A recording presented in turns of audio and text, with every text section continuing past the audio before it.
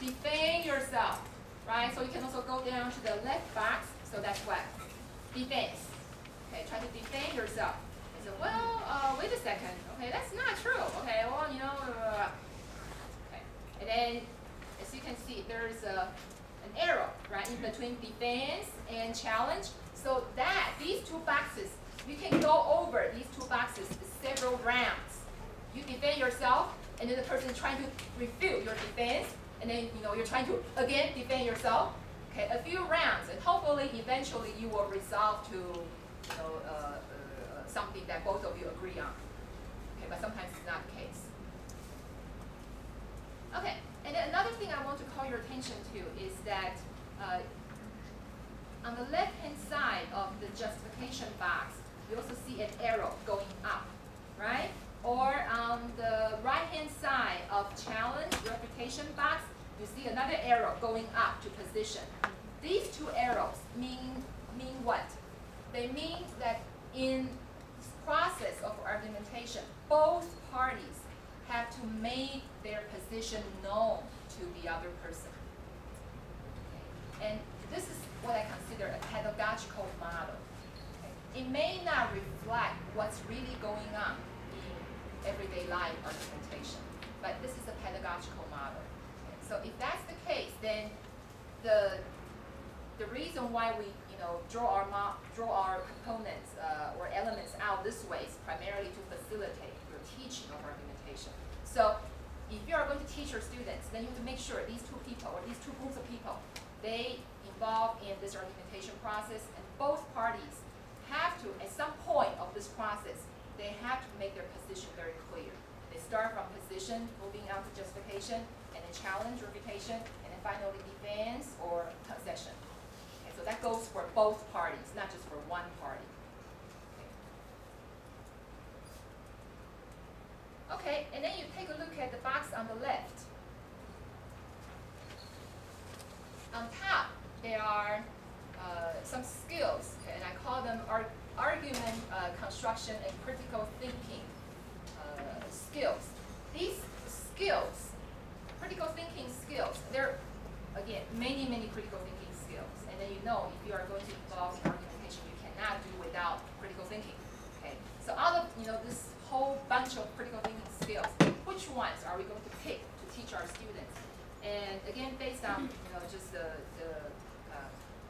research that I did in the past, I think these ones are probably the more essential ones. So I list the more essential ones here: facts versus opinion, meaning and definition of words, argument structure, types of argument, and then I bold type two particularly: strong versus weak reasons, common fallacies. I didn't bold type this one, but the last one I did as well: types and tests of evidence.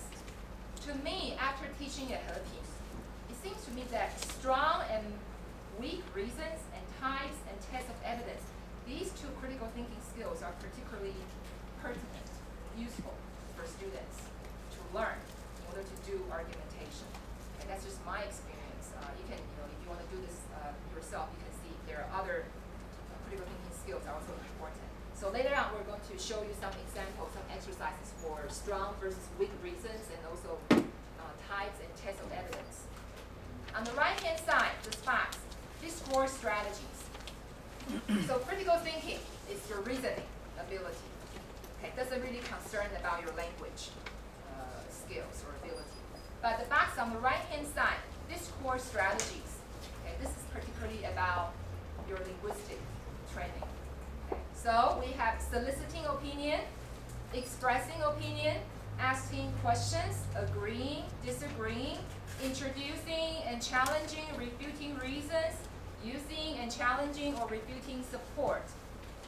So for today, I will only talk about introducing, challenging, refuting reasons, and using, challenging, refuting support. But the part that I bold type, okay, asking questions, and the other two I consider probably are also the most essential ones in terms of discourse strategies, discourse skills. And again, I will show you some examples later. Okay, and then at the bottom, you have this instructional phases. What I did at Heping this semester in that course, 12-week course, is I start with this awareness raising phase. Awareness raising, I try to raise students' awareness about what argumentation is. Okay, so what I did is, if you turn to the second page, this is the exercise we did.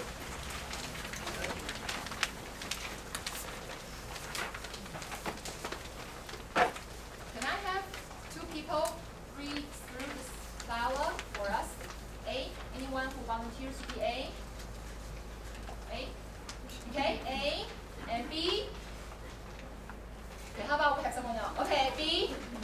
Okay, so louder so everyone can hear you. So we start with A. I'm totally for abolishing high school uniform. Wearing of the school uniform because of its material. It's too hot for summer and too cold for winter. Wearing casual clothes to school, on the other hand, can better meet the physical needs of individual students. Well, I strongly believe school uniform should not be abolished because it can help students save time from deciding what to wear to school every day and thus help them focus on studies. You cannot deny that given the time students spend in school, it's important that they are dressed in comfortable clothing when studying in school. The materials most of the school uniforms are made of are simply not that comfortable.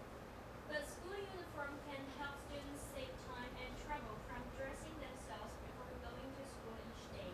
We all know how important physical appearance is, particularly to adolescents. They will likely spend a whole lot of time deciding what clothes to wear if school uniforms is abolished. Okay? So I show them this dialogue. Okay, after I go over that pedagogical model of argumentation, those components, stages, and I ask them, based on your understanding of this whole argumentation process, is this dialogue an example of argumentation?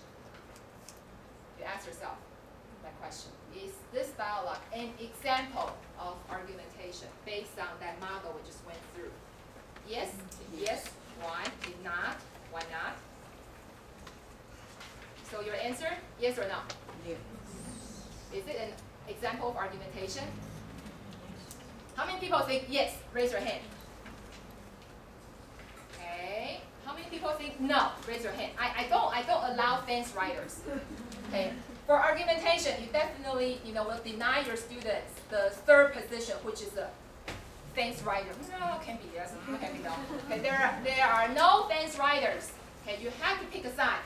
Okay. That's the most basic thing when it comes to argumentation. No fence riders. Okay. One more time. How many people think yes? This is an example of argumentation. Raise your hand. Okay, how many people think no, it's not? Raise your hand. We're still having some fence riders. Okay, the answer is no. It's not an example of argumentation. Why not? Okay, let's go back to the dialogue. Can you tell me A's position is what? 4. Okay, which sentence tell you it's 4?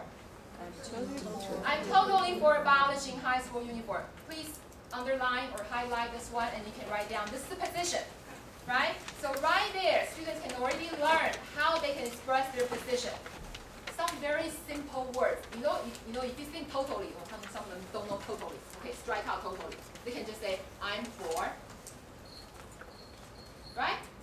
I think even for junior high school students, they can say, I'm for something. Right? I'm for no homework assignment. Okay, I'm for making spring break come back.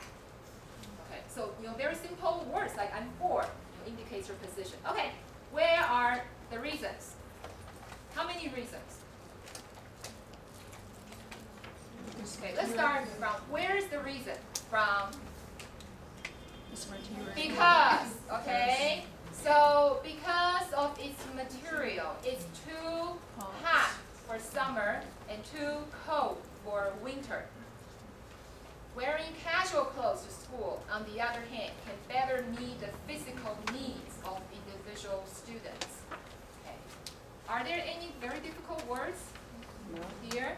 Do you think your students will be able to handle, even if they cannot write sentences like this, but can they understand the meaning of the sentences?